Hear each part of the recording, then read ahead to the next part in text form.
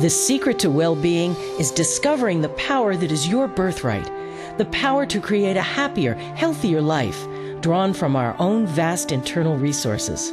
Join Jules and her guests as they gently guide you to shift your perspective from the familiar negative to the divinely connected, a place that will not only positively impact your world, but possibly shift the planet. It's all right here on Law of Attraction Talk Radio. Welcome back, Tom, to Law of Attraction Talk Radio. I am so glad to see you again. Hi, Jules. It's great to be here. I've been seeing a lot of you on that cruise. We had a good time. I want to thank you for putting it together, getting all those people together, and the speakers and the program. It was really a good time. Yeah, I had a great time too. And I was able to bond with a lot of the people on the cruise, and they thoroughly enjoyed you. But then it just didn't stop with the cruise, because we just had a major workshop with you in Temecula, and it was all about the Black Moon Lilith, which was so fascinating. And it's going to continue on, because you're going to other locations right now. You just started your tour. Where are the other places that you're going to have your workshops? This was the maiden voyage. It's almost like the Black Moon Lilith has landed. You know, it's this the first time that some of this information has come through. It's very powerful. It was exciting. Yeah. I'm really glad to, have had a chance to. It's almost like, not that they're guinea pigs, but these first folks had to put up with a little bit of.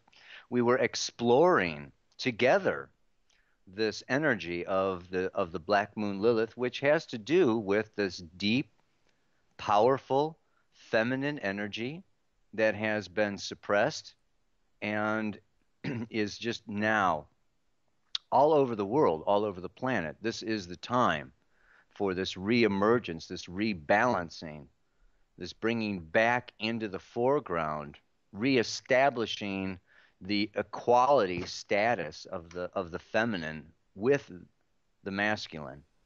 And I'm doing these workshops. So this is the first one. I'm going to Sedona next weekend. Wow. And then I'm going up to Portland the weekend after that. And then I'm going to be in Boulder late June. And then the list goes on. I'm going to be in Copenhagen and Oslo and Hamburg, Germany, and Istanbul, Turkey, and London and Lessex and Glastonbury, England. And I'm doing these workshops all over the place all summer, just to really, and I think it's going to just like continue to be like a snowball going down, rolling down the mountain. I'd like to see this energy just grow and get bigger and bigger and bigger, and bring a lot of light and illumination to this very powerful, important aspect of our humanity that now wants to have a voice and be heard. I thought it was so fascinating. I learned so much about myself. And you actually do like mini readings with everybody that shows where their Black Moon Lilith is. And I thought that was exceptionally powerful. But there was a special experience that happened with the nest and the tree. Could you kind of, because everybody was blown away at this incredible happening that just allowed everyone to see the miracles that were occurring. Can you explain that? Well, it was pretty amazing, because if we look at the mythology of Lilith, Lilith was the handmaiden of Inanna back in the ancient Sumerian myths, and she would solicit and bring men off of the streets into the temple for the sacred sexual rites, which were basically bringing a great amount of more conscious awareness to this union of men and women, and the masculine and the feminine. And in the mythology, she is a tree. And she was a tree in the garden of Inanna. She lived in this tree. And in this tree, around the roots of the tree was the serpent. This is the Kundalini energy. This is the root chakra energy. This is the magical energy and power of prophecy. This is the magical energy of birth.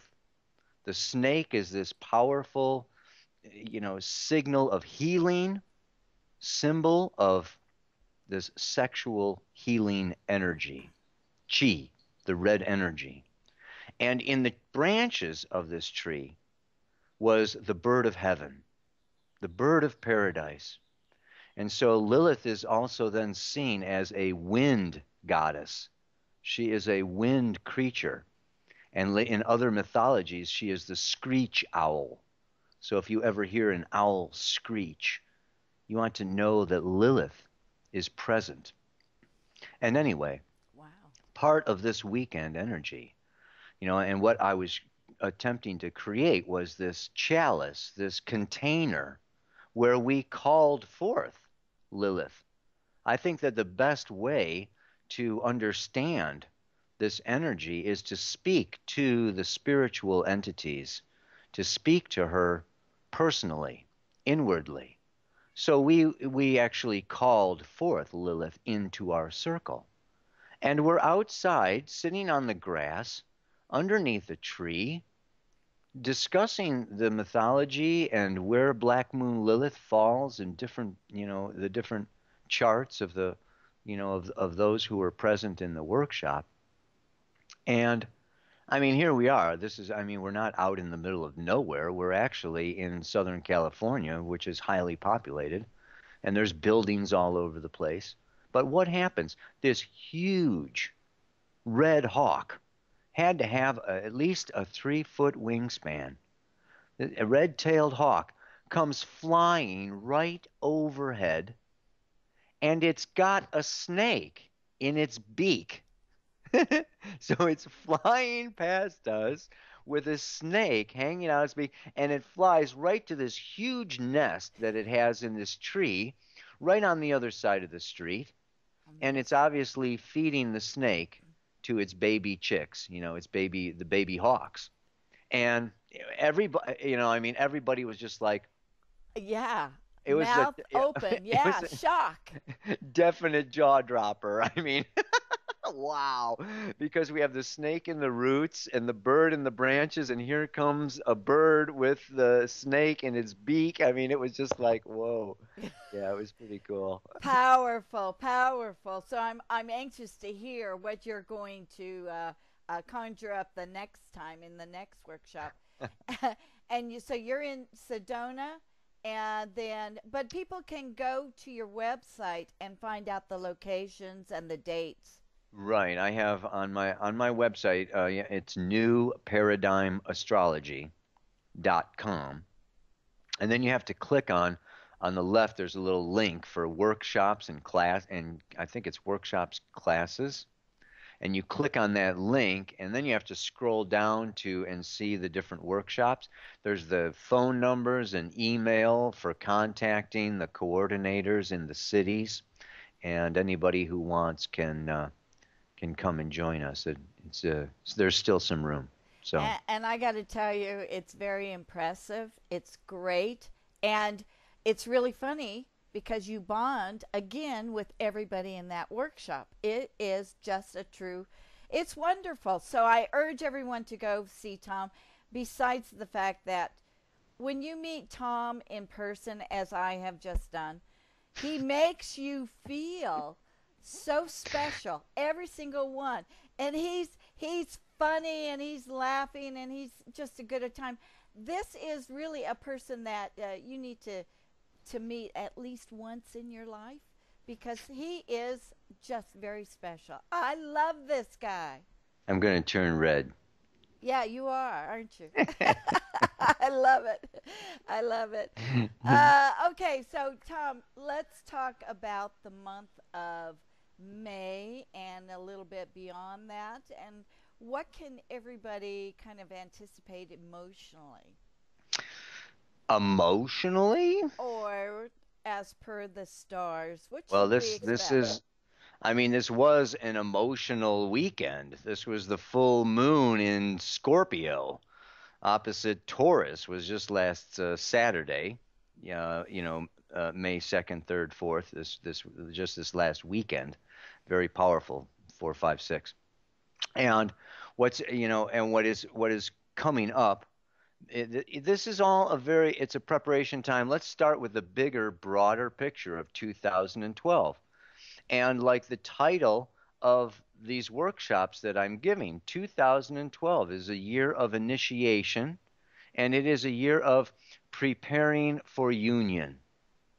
And the overall context of this is given by a number of different astrological constellations. And what's going on, first of all, is that the planet Neptune has returned to its home in Pisces for the first time in 165 years. And it is joined by the planet Chiron, also then in the sign of Pisces. And it goes around every 51 years. So I haven't even calculated when the last time was that Chiron and Neptune were both joined together right in the sign of Pisces, which is the sign of union. It's the sign of limitless spiritual potential. It is our infinite spiritual self that has no boundaries, that has no limits, that is connected to the web of life, to the mysteries of all that is, to the multi-dimensional. Our egos exist in this little third dimensional time space. Oh, I've got to survive and I've got to make it. I'm separate. Mm. I'm alone. If I don't, make enough money, and if I don't pay my taxes, or if I don't have shelter in a home, or it's all I'm said. No, nobody's going to help me, save me. I'm alone. I'm separate. And really, the basis of fear, the birth of all fear, is when they cut the umbilical cord, and we are separate. And our ego is responsible for maintaining this physical body. Mm-hmm. That's what the ego is. The ego is a third dimensional construct that manages our life in this body. Don't let this body die. It's not our spiritual self. It's not our ultimate identity. It's not who we are. It's our mind, our ego, our thinking is just this in this world. So the ego, when the body dies, the ego dies, and we as spiritual beings continue on from lifetime to lifetime, from planet to planet, from universe to universe, from dimension to dimension. We are multidimensional spiritual beings. And so this multidimensional spiritual being within each and every one of us is connected, just like a ray of sunlight is connected to the sun. Each one of us is connected to the source of all creation. And Pisces is this archetype that is the alpha and the omega, the beginning and the end, the potential out of which everything comes, and the ultimate end to which everything returns. And it symbolizes this unity consciousness, what Einstein called it, the unified field theory we could apply to the sign of Pisces. So Neptune returning to its place, and it's going to be there for 14 years. And Chiron's going to be there for another 7 years. This is significant. This signifies that we as a species, humanity as a whole, our collective consciousness all together is now ready, is now prepared, is now opening our consciousness. Pisces rules the crown chakra. I am opening my crown chakra. I am feeling, it's a water sign, I am feeling into the unity of all life. That we are mirrors of each other. That we are all connected. We are all part of all that is. And that is spirit. So our ego, in this year in particular now, 2012, each one of our egos is getting zapped. It's getting blasted, okay? It's getting cracked open to the place where our identity can no longer be limited or bound to this egg of the ego, to this separate little self, but we're all kind of opening to that we are spirit, Mm-hmm. that our heart, and this is love. All you need is love. Love is all there is. If we really want to look at it, God is love, right? So this whole unified field theory, this coming into union, is coming into love, and it's recognizing love, and it's opening to love, and it's sharing love and giving love and understanding what love is on ever deeper and deeper levels. And love is the absence of separation. Mm-hmm. And so in our relationships, our intimate relationships in particular, but in all of our relationships, we're all bumping up against all of our fears. And what is our fear? The ego, right, is the source of all fear. It's the source of death and dying. The ego does not want the body to die. It doesn't want its separate self to die. So the ego, which is our mind and our thinking, can come up, and I must say, with some of the most outrageous stories, some of the most ridiculous rationales, reasons, justifications, and ramifications. Oh, don't lose yourself. Oh, they want your money. Oh, that, if you surrender to love, if you open your heart, you're going to get stabbed. You're going to die. You're going to get taken advantage of. You're going to get abused, used, raped, and manipulated. And the ego comes up with all these reasons and stories to keep us separate, to Yeah. keep these boundaries, to keep these walls between us. And now it's just like so many people, and in their relationships, they're seeing it's basically self defeating. It's the inner saboteur. People are sabotaging the relationships and the love affairs and the love connections, you know, in bigger ways, in more intense forms. It's like we're seeing how we undermine our own joy, our own fulfillment, how our ego is not serving the soul. Mm-hmm. And so this year of preparing for union, Saturn moving through the sign of Libra, our relationships are teaching us. Saturn is the great teacher. And this great teacher throws every obstacle in the way. It throws it brings us into an objective analysis. It cools the fires of passion. And Saturn is the elder. It's the maturity. It's the process of maturing, and that maturing is growing up and stepping back and looking in an objective way at my relationships, and not getting pulled and swayed by the little head or the lower self or the lower chakras, and just, so people are like, it's like individually we're getting polarized.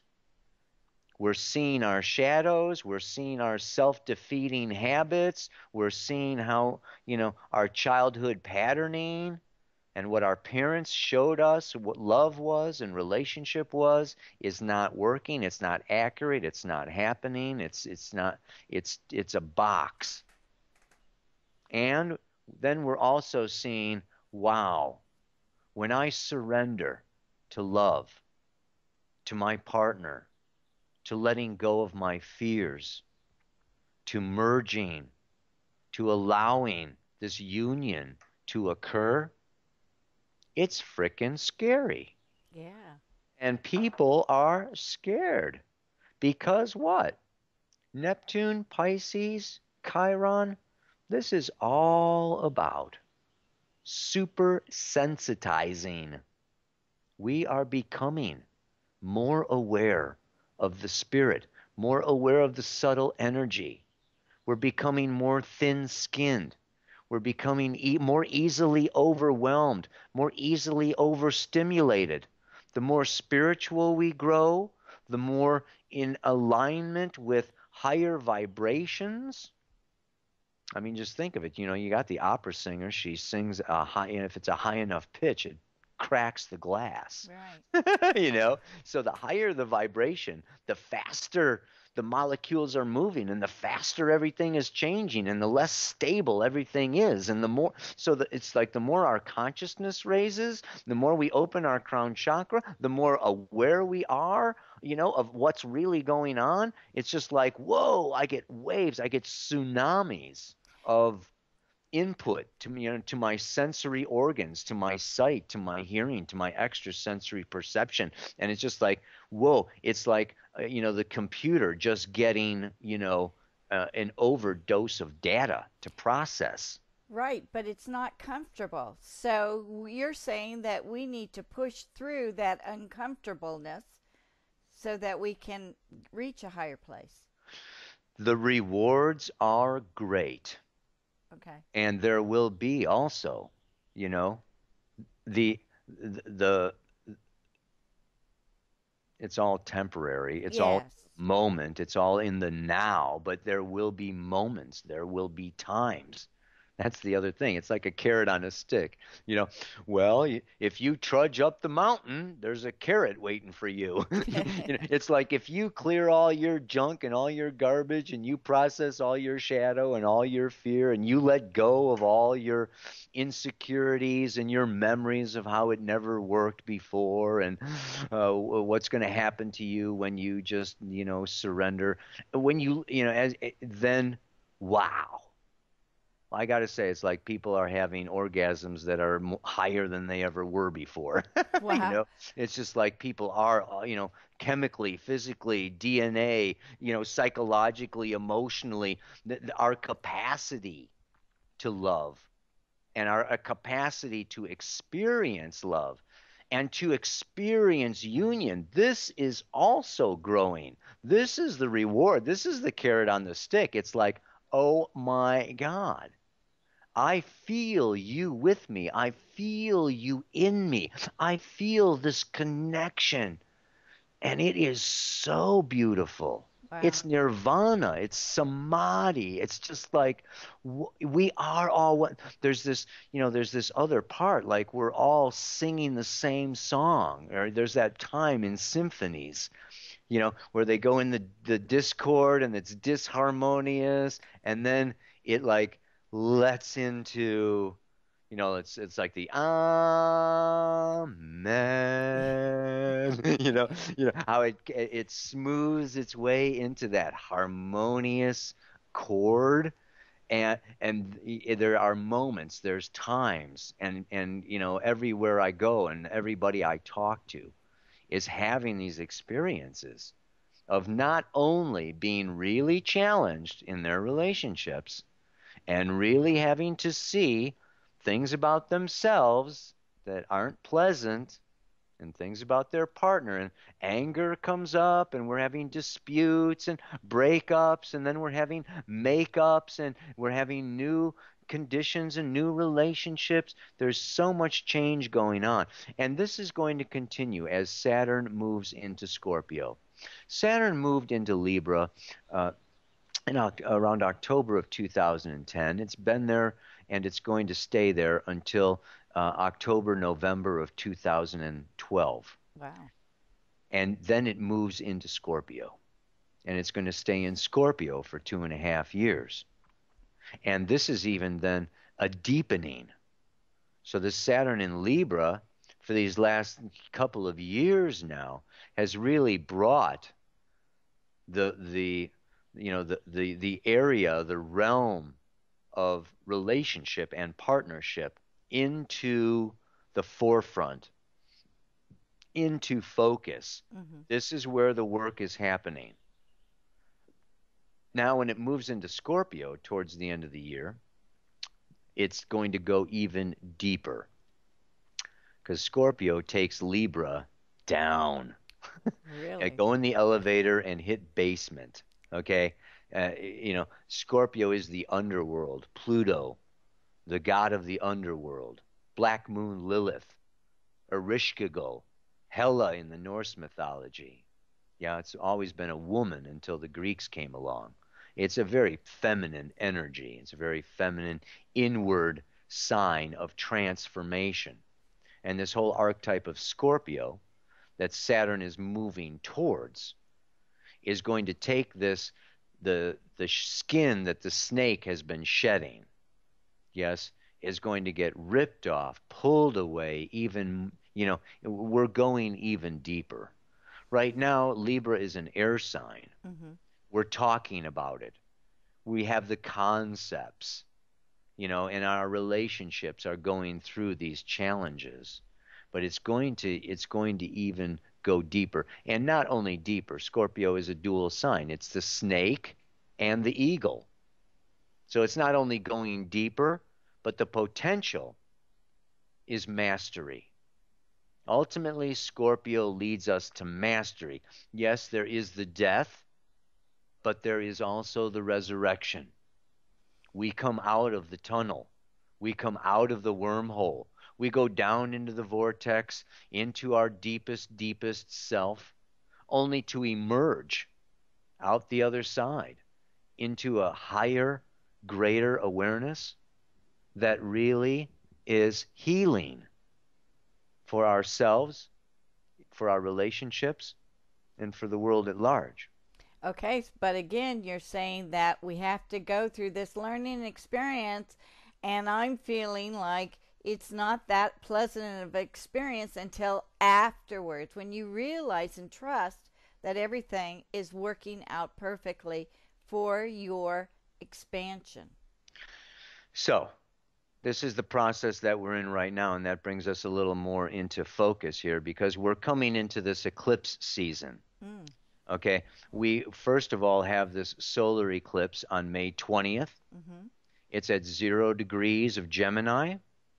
Then we have this lunar eclipse on June 4th that is at 14 degrees of Gemini. Mm-hmm. And then, even more powerful, perhaps, is the occultation of Venus with the sun. This is Venus Wow. passing directly over the face of the sun on June 5th and 6th. It's like an eclipse, only instead of the moon, it's Venus. Wow. So they're in the same, there's different declinations, okay, of these orbital patterns. But this Venus is every 8 years. Yes, Venus will come around and actually conjoin and have this Venus-Sun conjunction that is extremely powerful. It's at 15 degrees of Gemini, and it heralds the birth of a new feminine goddess. And so we are in the closing phases, we can say. Oh. From now until these eclipses, Uh-huh. okay, what we're doing is we're in this time, as I see it. The time period now is one where we are being deprogrammed, Oh. deconditioned. And if you go into your meditations, and if you feel into your relationships, you will be seeing your old limiting beliefs, your old, our parents were models, our childhood conditioning, the religions, the society. When we've been 2, 3, 5, 7, 10 years old, our childhood, when we're innocent, we are listening to external authority. We're looking to be led. We're innocent. We're naive. We believe, oh, this person's bigger than me. This person is successful. This person is famous. I'm going to listen to them. They appear happy. I'm going to follow. And we have all of this conditioning from our childhood. And And it's not us. Mm. It's not our unique, individual, infinite, powerful, spiritual roots. It's it's what mom thought. It's what dad thought. It's what the teacher thought. Oh. It's what the rabbi thought, and it's what their parents thought, and their parents thought, and their parents thought. And it's time for us now to be waking up and saying, guess what? Nobody knows what the hell is going on around here. It's all a bunch of pretending and passing the baton and, oh, this is what I was told and this is what this is what it's just, oh my goodness gracious. It's just amazing how naive, naivety can be ignorance. Yeah. And just how much ignorance there is on Fox News and in the media and in our religious institutions and in our societies, with the latest fashions and the models and the materialism and what the bankers say and what the Obama says and I mean, there's so many voices. Yeah. And a lot of them are advertising. A lot of them are actually just trying to sell you something. A lot of them are just trying to make money off of you. Yeah. Here, you need this. This will make you happy. Here, believe this. This brings fulfillment. It's only 1995. A I mean, frying come on, pan. man. We've been getting commercials Yeah. since the womb. Yeah, that's true. So, it's just a bunch of crap, and we've bought it Yeah. because we were innocent. And this is a time of education. And our education is basically teaching us through failure. I'm sorry. This is what this Pluto moving Interesting. through Capricorn is about. It's removing the external authorities and just exposing the lies, exposing the betrayals, exposing the greed or the selfishness or the deeper underlying motivations that were unethical, immoral, or just downright evil. Yeah, that have led to this dumbing down and this basic suppressing of who each one of us intrinsically essentially is, which is an all powerful, mighty mini god and goddess, able to create tremendous change. And it's just humanity is waking up to its power. And the only way it's waking up to that power is by saying, no, no, no. I don't believe you. You're full of it. You're wrong. And going in, going in, going in. And they came out with the bumper stickers, question authority. Yeah. Those bumper stickers came out quite a while ago. This has been going on for a little bit, but it's getting more and more intense and more necessary. So there's a lot of paranoia going on right now. There's a lot of, whoa, who do I trust? Who can I trust? I've been lied to and betrayed to so often and so deeply. And this is going to even become more as Saturn moves into Scorpio, because Scorpio is all about surrender, which is based upon it needs trust.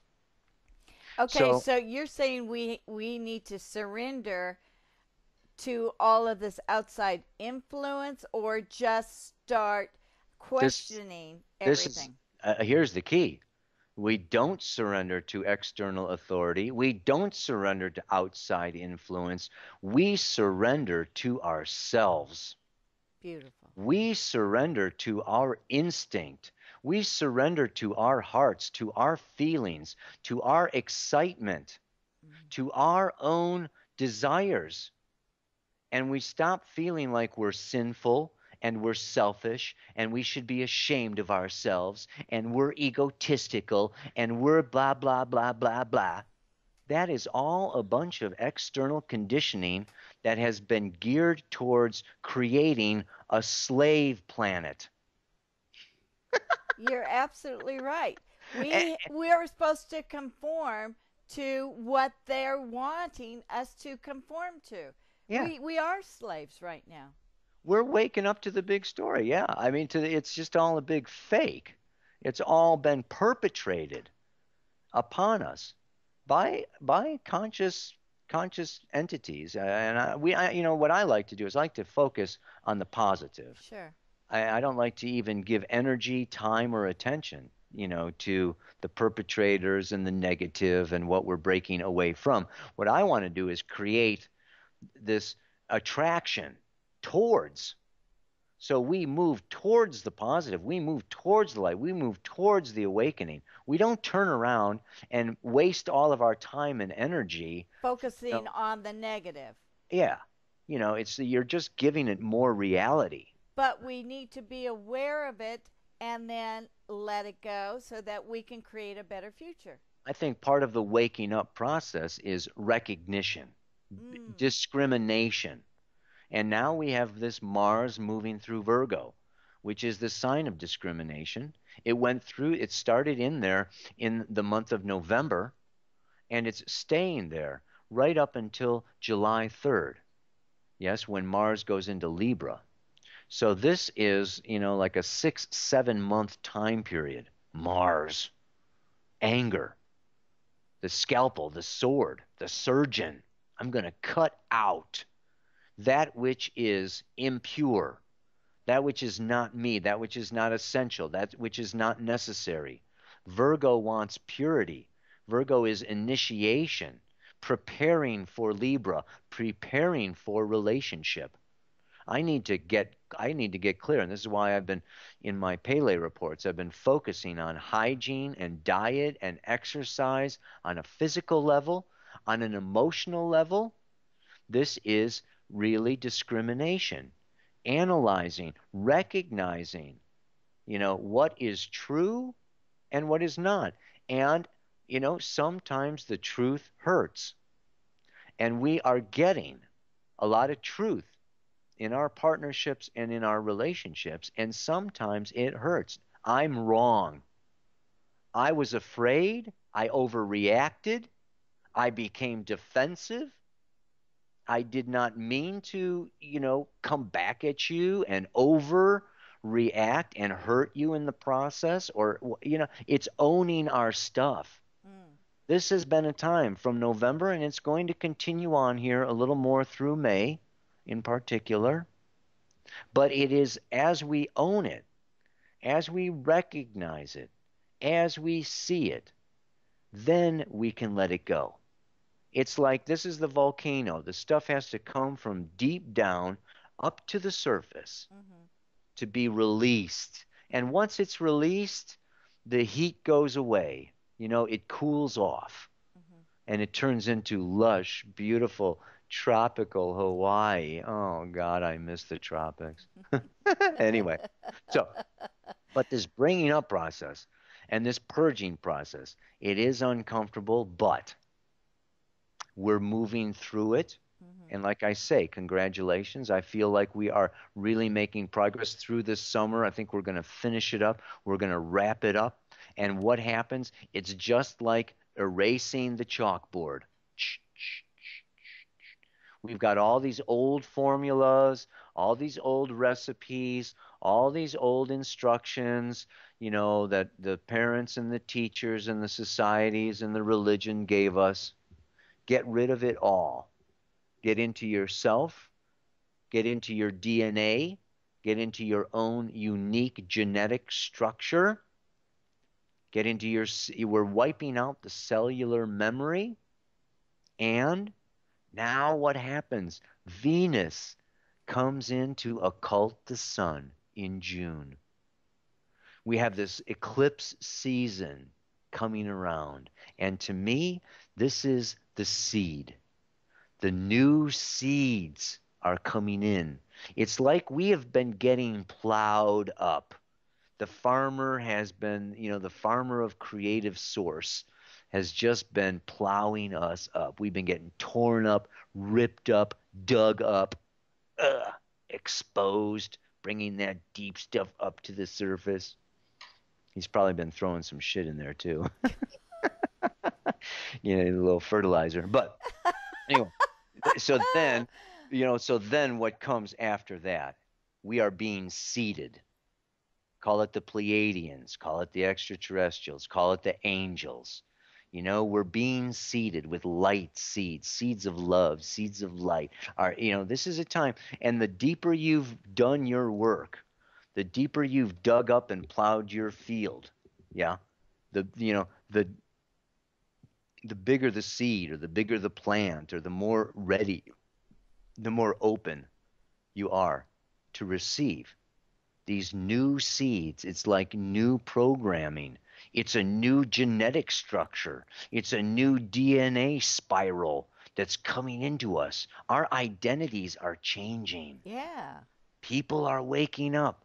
I'm not just the son of so and so, and I'm not just, whatever job I do. I'm not a banker or an astrologer or a massage therapist. I'm not just this. I'm not a husband. I'm not a son. I'm not just.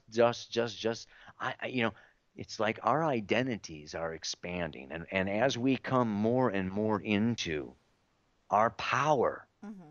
we're all coming more into, I think it was somebody, I don't know if it was Mandela or Marianne Williamson. People are not afraid of how small they are. They're actually afraid of how big they are, Mm. or some quote like that. And it's true. We fear our own greatness. Yes. Yes. And as we fear our greatness, guess what? We resent, we are envious, we are jealous, and we tear down, and we make fun of, and we are, really troubled by those who accept and love themselves. It's such a weird paradox, isn't it? Mm-hmm. Leo, it's like this is Leo so much, in the zodiac, Aries, Leo, all these signs that people, have issues around self-centeredness, egotistical, narcissistic. These are signs that are, teaching self-love. Of course, they have to learn it first. Yeah. So, part of this is, and we all have Leo and Aries and, these fire signs somewhere in the chart, okay? But we have this, we're all learning self-love. And as we all learn self-love and we love ourselves, we're going to be less threatened by, we're going to be less resentful of, we're going to be less jealous of other people being happy, other people succeeding, other people winning, other people enjoy. And it's going to raise the whole vibration of the planet. And this is this 100th monkey. This is like, each one of us, is just gaining daily more and more of this new seeding period that's coming here in May and in June. And then, of course, continuing on through the end of the year. And I'll say that this birth of this new identity, this birth of the new self, Mm-hmm. really began in the spring of 2011 when the planet Uranus, I can't say spring if you've got listeners on the southern hemisphere. Oh yeah. I'm sorry. I have to say April of 2011 when Uranus went into Aries, beginning a new 84, 85-year cycle of Aries is identity, and Uranus is radical, revolutionary, breaking forward, breaking into individuation, a new identity. Mm. And it's the rebel, it's the Prometheus, it's the light bearer. And so and it's going to stay in Aries till 2018. Yeah. So Wow. this isn't just happening overnight. This is the need to be free, to be unique, to speak my truth, to be liberated, to pioneer new ways, new identities, new livelihoods. So it's been interesting, this Uranus moving through Aries. I've got to be me. I've got to be free. I've got to go my own way. I'm liberated. And Saturn coming through Libra, partners, partners going, I'm sorry. You made this commitment. You wrote this contract. You owe me this. There's, Yeah. it's the past calling. So a lot of people have been in this tension-producing opposition, since really Obama got elected at the exact Saturn-Uranus opposition in 2008. That's actually been going on for 4 years. But it's in some ways that's kind of breaking up a little bit, and we're coming much more into this place. And I define this place as a new place where it's not either or, it's both and more. Uh-huh. This is the place of consensus reality. This is the place of unity. This is the place where we can create. We have to brainstorm. We have to tap into our Aquarius, our genius, our future self. There is a way to clean up this planet. There's a way for everybody to have food. There's a way to have everything that we need is here on this beautiful, beautiful blue planet. It's just it's not the planet. It's not a shortage of resources. No, Cut it not out. at all. Not It's at a all. shortage of people getting along. It's a shortage of love, to tell you the It's a truth. shortage of love. You mentioned on the cruise that the planetary alignment of 1776. When is that going to occur? And is that what you're talking about with us? A couple of different things. No, that's Pluto, the Pluto return for the United States of America. Pluto was in Capricorn in 1776 for the birth chart of the United States of America. The Declaration of Independence was in 1776, and that's when Pluto was in Capricorn. About 248 years ago, Pluto goes around every 248 years, and it returned to Capricorn in 2008. And it's going to return exactly to where it was in 1776. So the United States of America is going to be having its Pluto return. Okay. Yeah. And that's going to be going on, I think, like around 2018 to 2020 is when, it's a long, Pluto moves very slow, so it doesn't just happen overnight. But some of us even feel this coming, and you can see it coming. This is Pluto removes that which is no longer necessary or needed or is actually inhibiting the growth and evolution of the individual, the species, the country, the corporation. Pluto is just the force of death. It's Shiva. This needs to go. And in 2008, it went into Capricorn. I think I've mentioned this before, and it's going to stay there till 2024.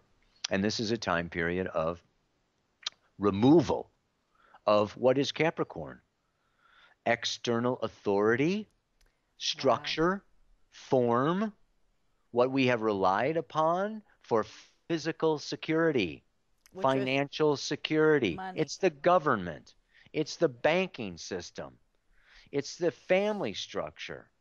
It's old authorities. And that also has to do with science. I think that so many people are really strung out on this, the American Medical Association. Yeah. Oh, the doctor knows. They went to school and they were told by this doctor, who was told by that doctor, who was told by the other doctor, that there's no cure for cancer. When we know damn well that there's at least 5 different cures for cancer that are being suppressed by the patents of the United States government.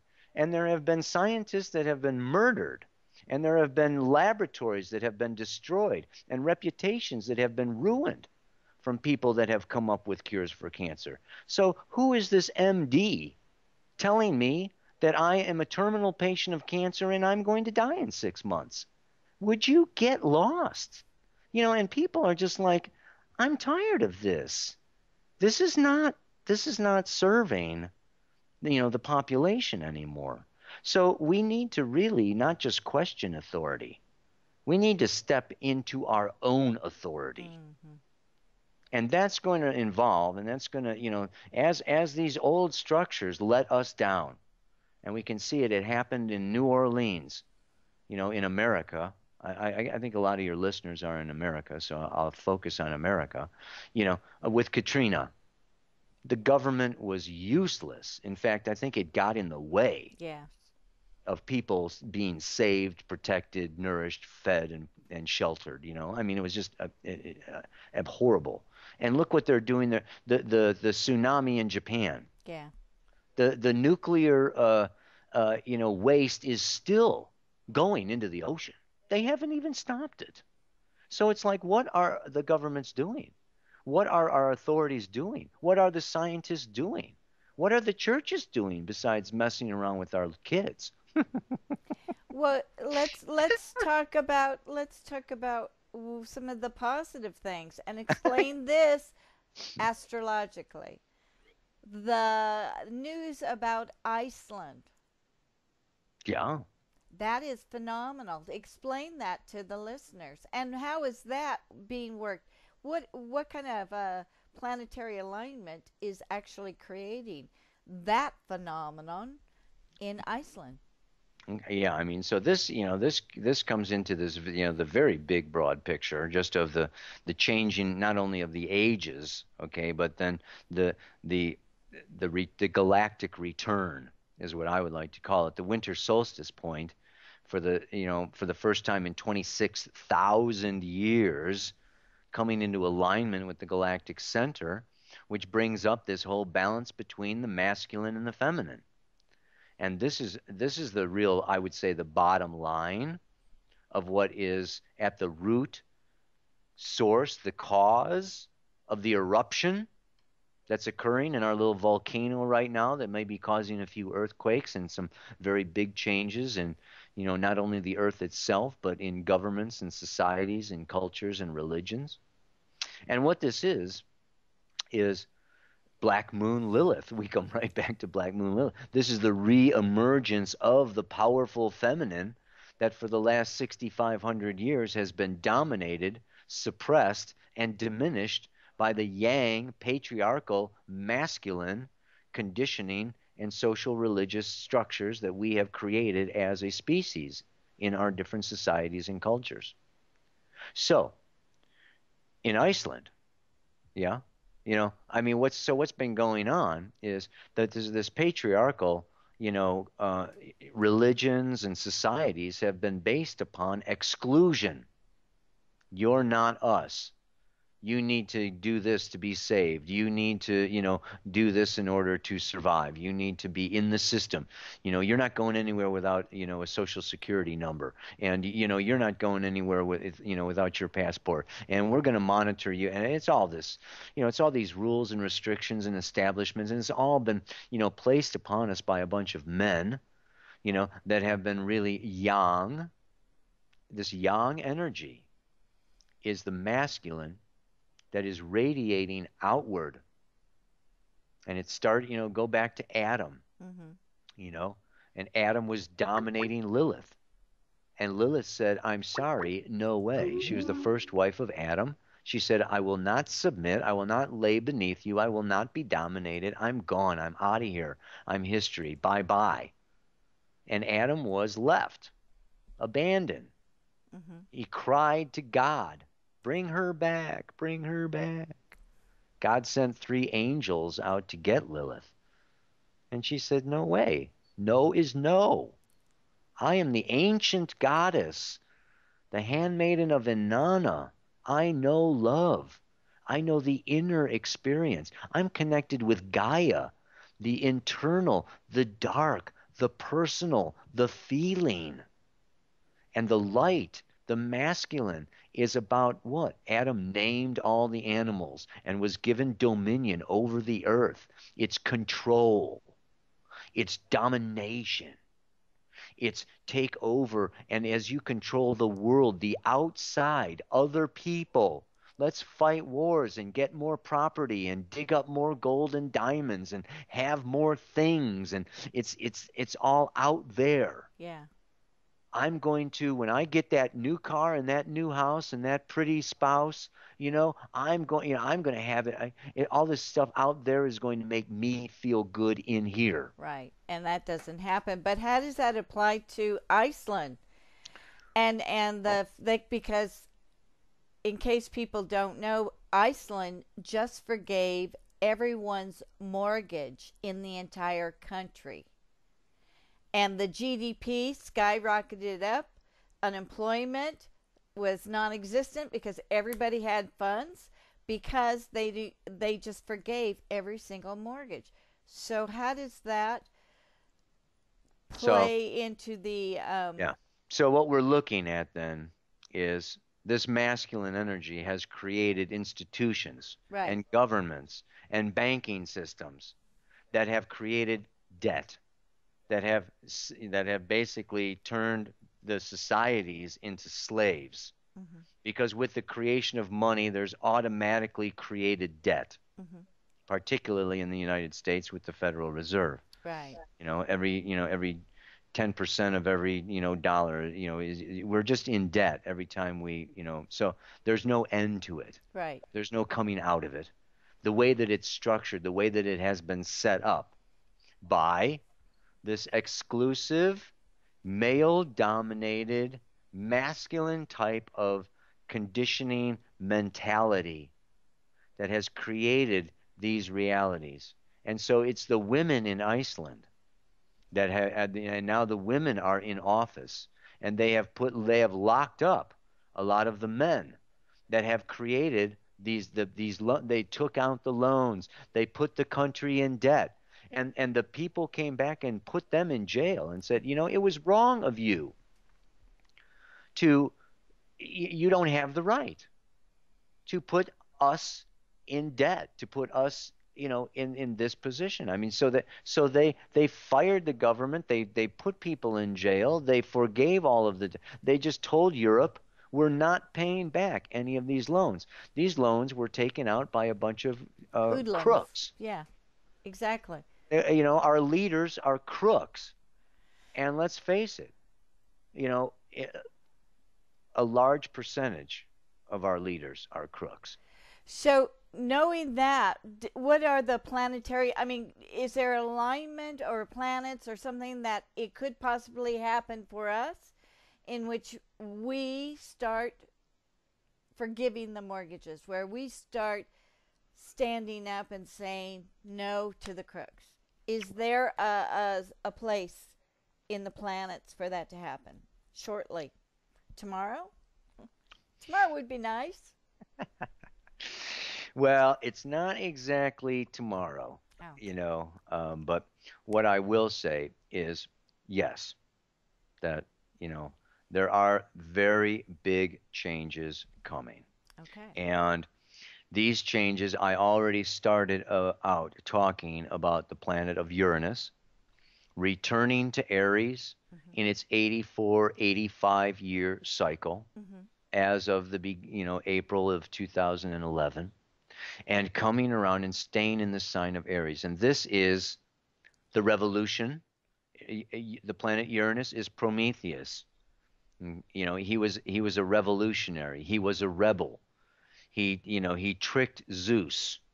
He broke the establishment. He brought fire down to humanity and illuminated us. Mm-hmm. So this is the archetype of illumination, and it is through radical, unpredictable, extreme, sudden change. And this change happening is happening in the sign of Aries, the warrior. It's time for us to assert our individual needs, our individual self. And this happens every 84, 85 years for 7 years. Now, in addition to that, what I have not spoken about so much is the planet Jupiter. Yeah. And Jupiter goes around every 12 years. And Jupiter, as of June of 2011, went into the sign of Taurus, and it's going to stay there until June 11th of 2012. It's going to go into Gemini. And this year, from June to June, from June 11 to June 12, Taurus, Jupiter is the planet of expansion, of opportunity, of abundance, of growth, of seeing the meaning and the truth. Going through the sign of Taurus, the archetype of Taurus is my capacity, my resources, my sense of self-worth. So this year period from June to June has been and is and will continue to be this time period where people are coming more and more into unconditional self-love. I am worth something. I am valuable. I love it. I deserve. I'm tired of being ripped off and shortchanged, and I know that it's my own fault for not feeling inwardly deserving. Mm-hmm. I have not attracted abundance because I have not felt worthy. Well, Jupiter has been changing that. It's been altering that. And hopefully, everyone over this last year has had this 12-year blast of, come on, knock it off. Change that belief. Change that program. And get into this place of, radical self-love and true sense of worthiness.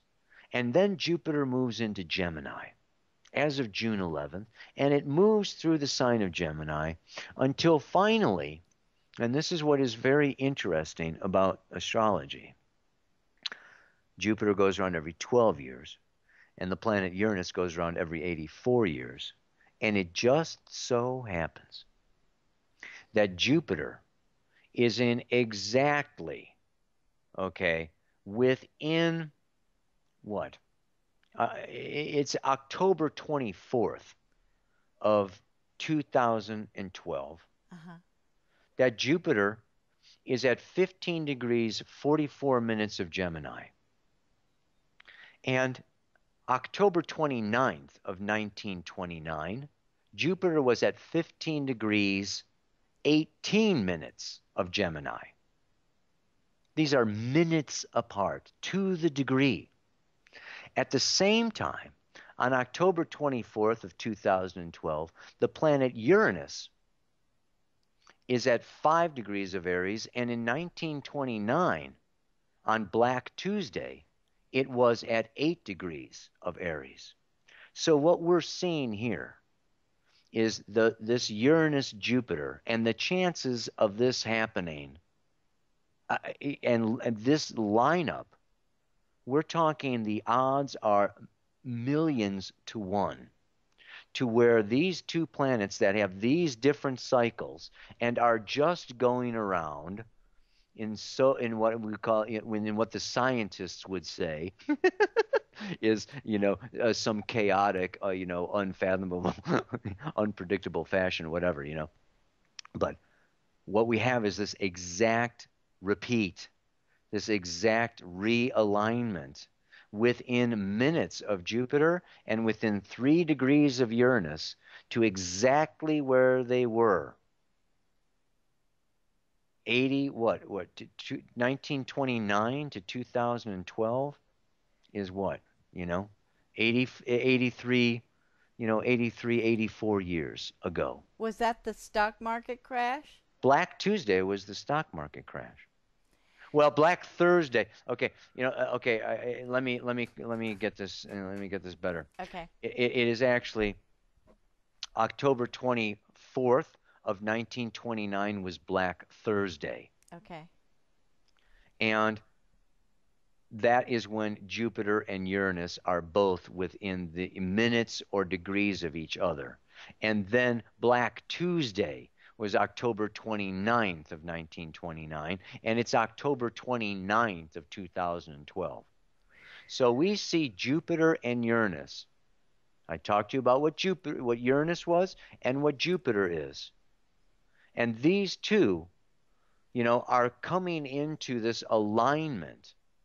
And the ideal is that Jupiter is expansion, opportunity, but the main thing with Jupiter is whatever Jupiter connects to, it makes bigger.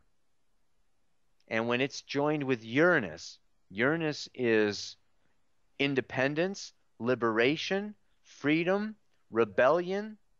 Jupiter is going to make it more independence, more liberation, more, rebellion. It's going to make it bigger, yeah?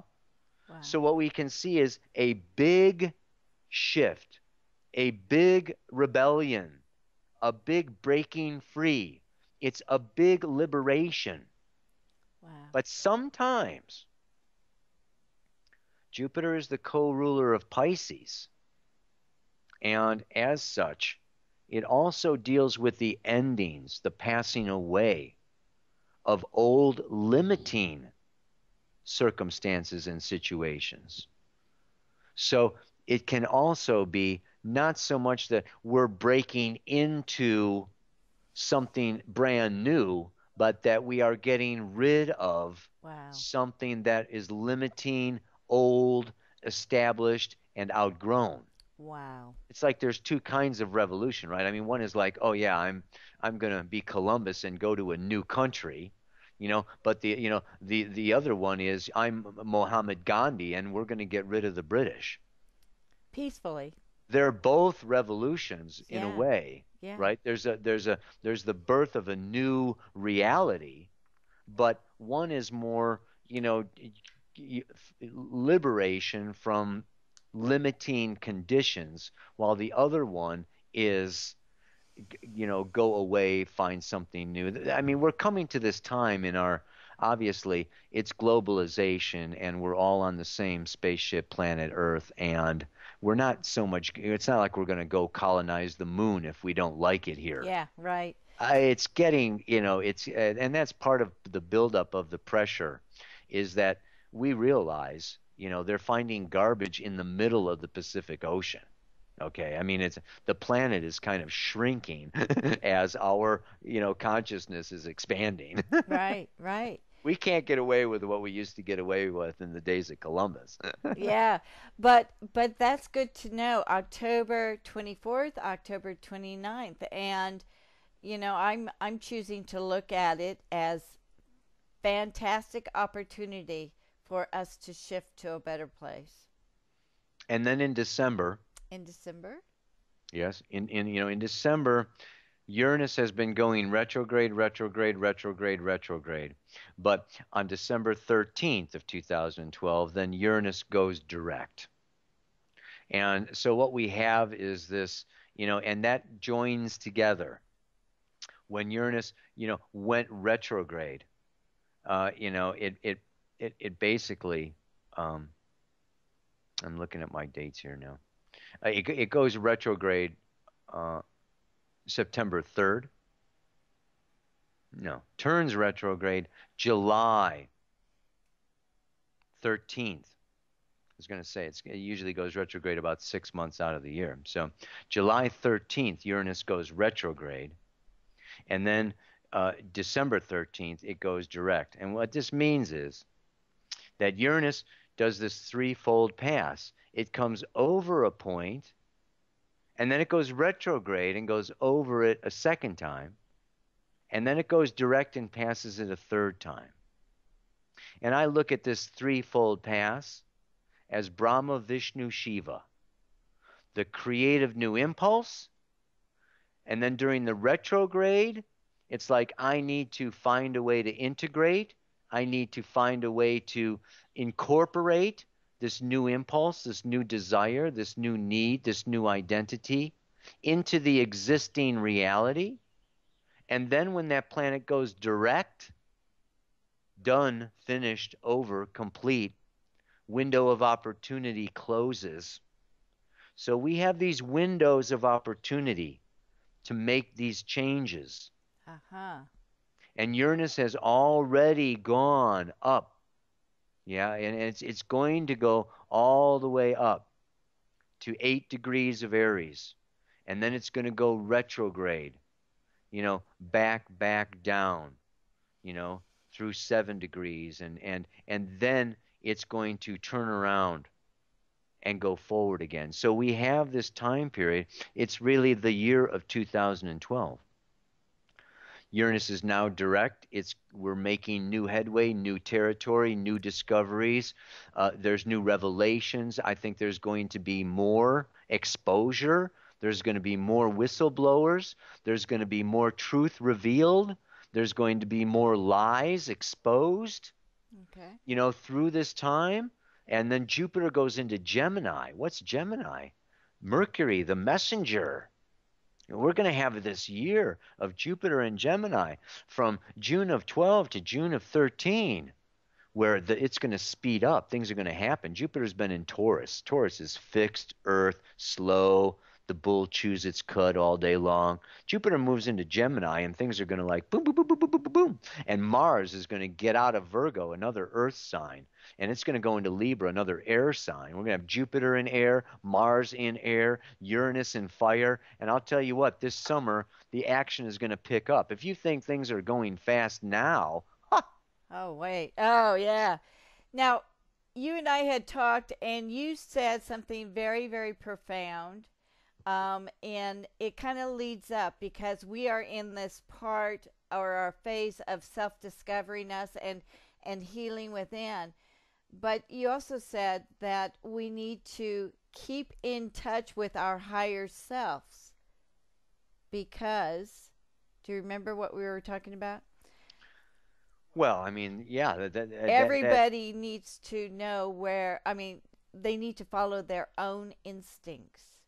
and this is part of what this gets into Black Moon Lilith. This gets back into that, reemergence of the feminine that has been suppressed because I talked about how the masculine was about controlling and ambition and power struggles and war, and it's all out there. And what we need to do now is honor and respect and bring up the importance of what I'm feeling, what I am inwardly experiencing. It's you master yourself and you master the world. Right. It's not about controlling your kids and controlling your, getting a bunch of money and controlling and having power over the world. You learn how to control yourself. You learn how to stop your addictions. You learn how to, be totally honest and authentic. Yeah. And you see your inner processes, of how you lie to yourself. We lie to ourselves. We tell ourselves stories. The ego is constantly, coming up, with all these kinds of, we're going back to where I was. And so this is this inner purging and this inner process. And so as each one of us gets clear, is more authentic, more truthful, more honest, more open, and opens our hearts and feels and lets go of the superficial and the temporal for the sake of the eternal, that is where we're going to find this real shift. Okay. And that is where I have to say the feminine is a few steps ahead.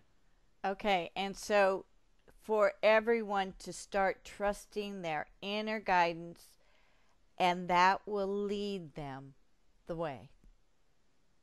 Okay, great. Tom, I can't believe it, but we have gone way over our time, and it is so fantastic. I am going to put this entire show on. I'm not cutting out anything because everything you spoke about is so important to us. So thank you so much, my friend. I really, really appreciate you and everything that you told us. It was excellent. Thanks for having me. It's always nice to talk with you, Jules. And I'll look forward to future encounters. Yes. And go to newparadigmastrology.com and sign up for his workshops. You will be so happy you did. I think he's got one coming up in Boulder, Colorado, too. So just sign up. Okay, thank you so much, Tom. Love you, and we'll see you next time. Aloha. Thank you. And to all my wonderful listeners, I'll talk to you next week. Bye-bye. Thank you so much for joining us. We'll be back next week with another great show from Law of Attraction Talk Radio.